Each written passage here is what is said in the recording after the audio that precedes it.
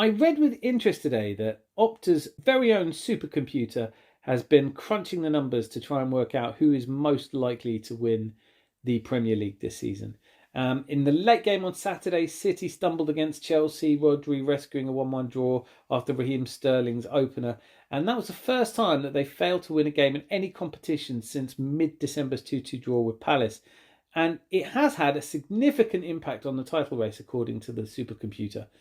City's title chances plunged from 67.7% last Monday to 46.5% today. That makes it more likely that they won't win the league than they will. And whilst that is good news for Arsenal in one respect, Liverpool's chances have gone up to 38.4%. Arsenal's are still only 15%. And that's down from a high just before Christmas of around about 30%. Now, I don't have a supercomputer, but I do have a computer. And what I thought I'd do is I'd take a look at the fixtures coming up and try and work out where I think the title's going, and with a particular focus on some of the key matches coming up. And the first key match coming up for Arsenal really is that game at the Etihad on the 30th of March. Before that game, we have 4 fixtures. So that's Newcastle at home, Sheffield United away, Brentford at home, and Chelsea at home.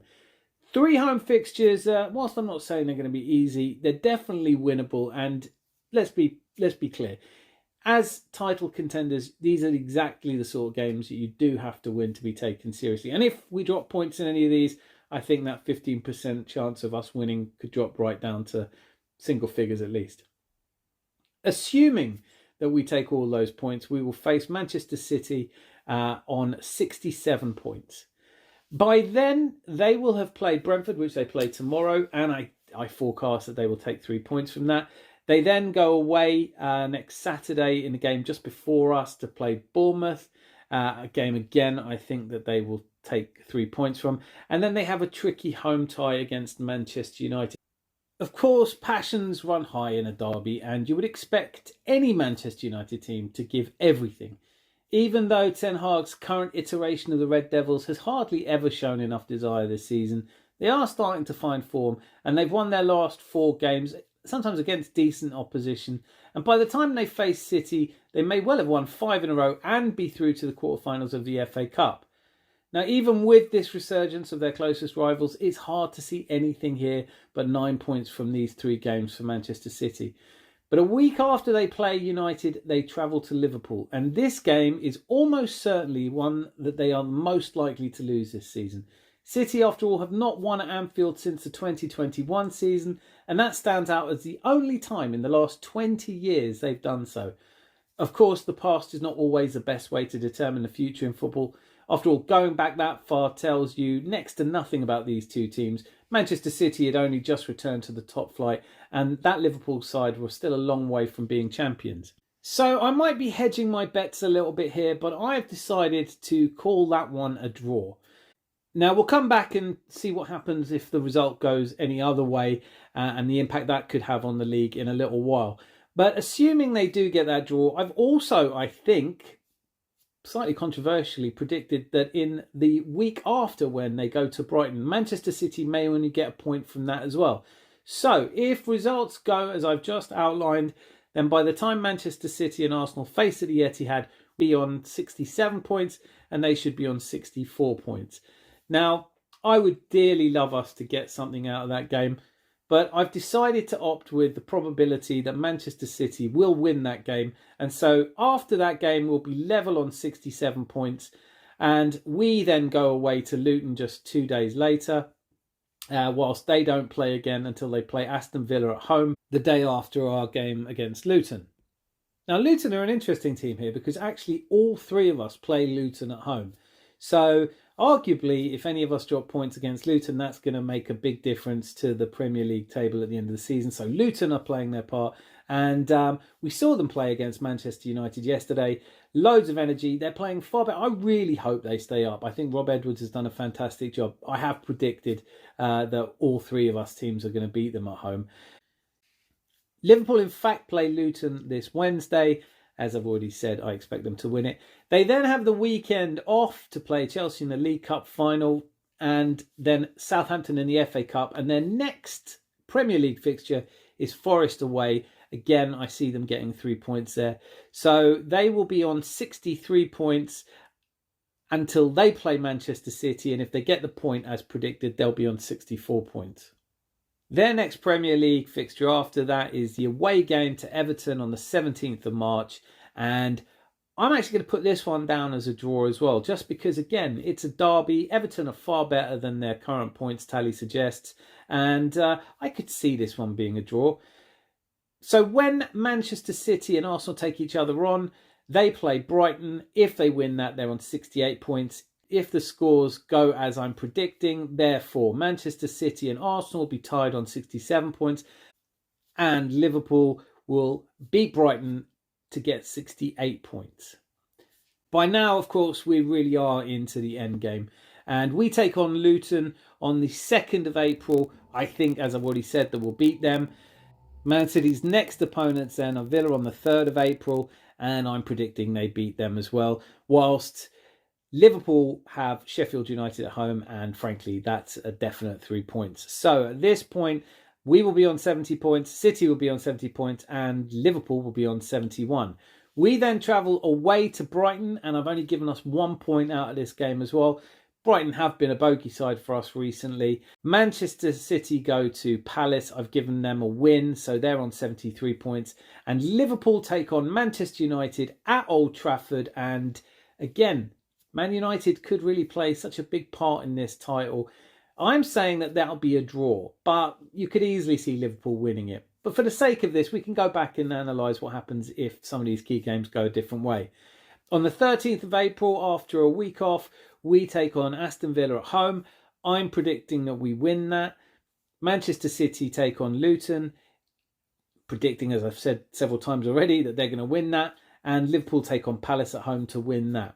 We then, a week later, go to Wolverhampton Wanderers, and I think this will be a tricky game, but Wolves aren't as strong at home.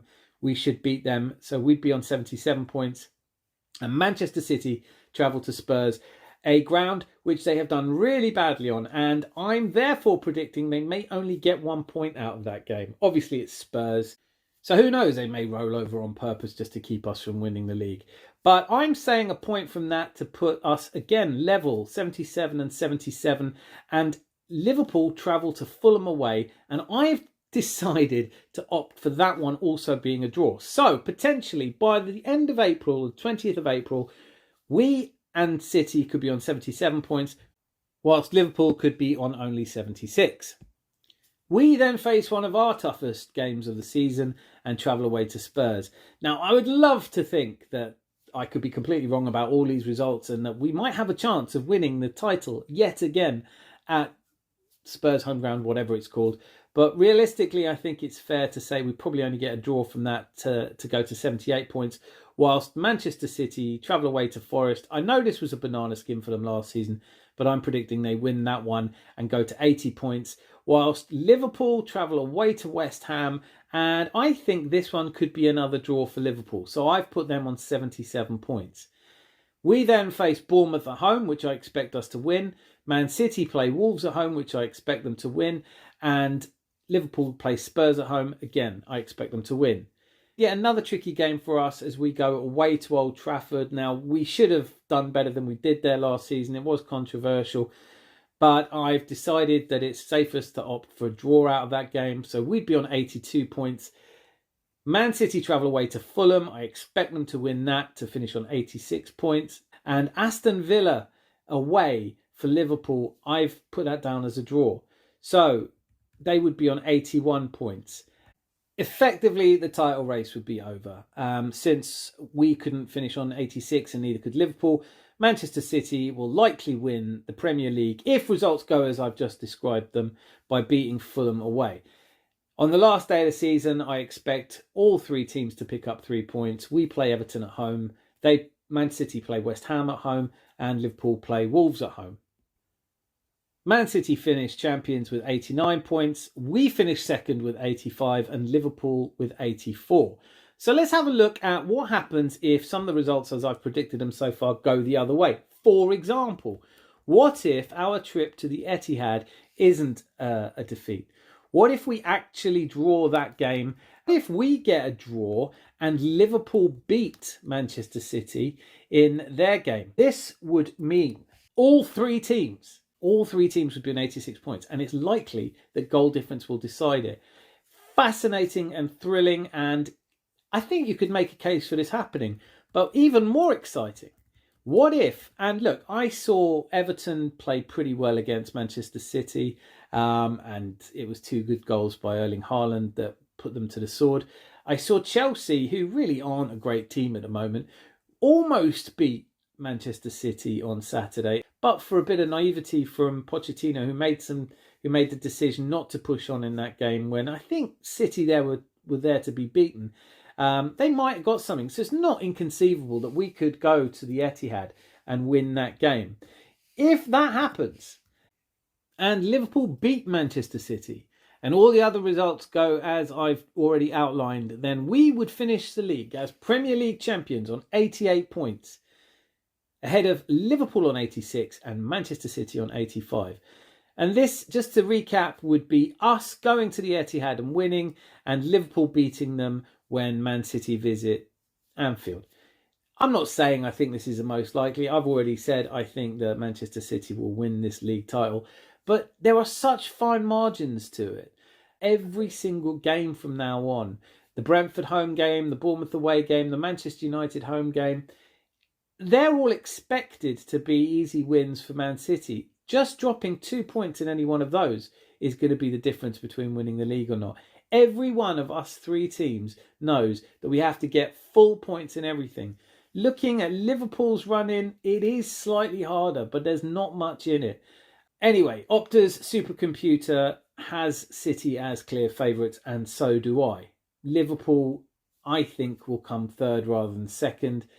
The good news to finish on is that both myself and the supercomputer, which Opta use, have forecast Spurs' chances of winning the title this year, if rounded to the nearest whole number, as 0.0.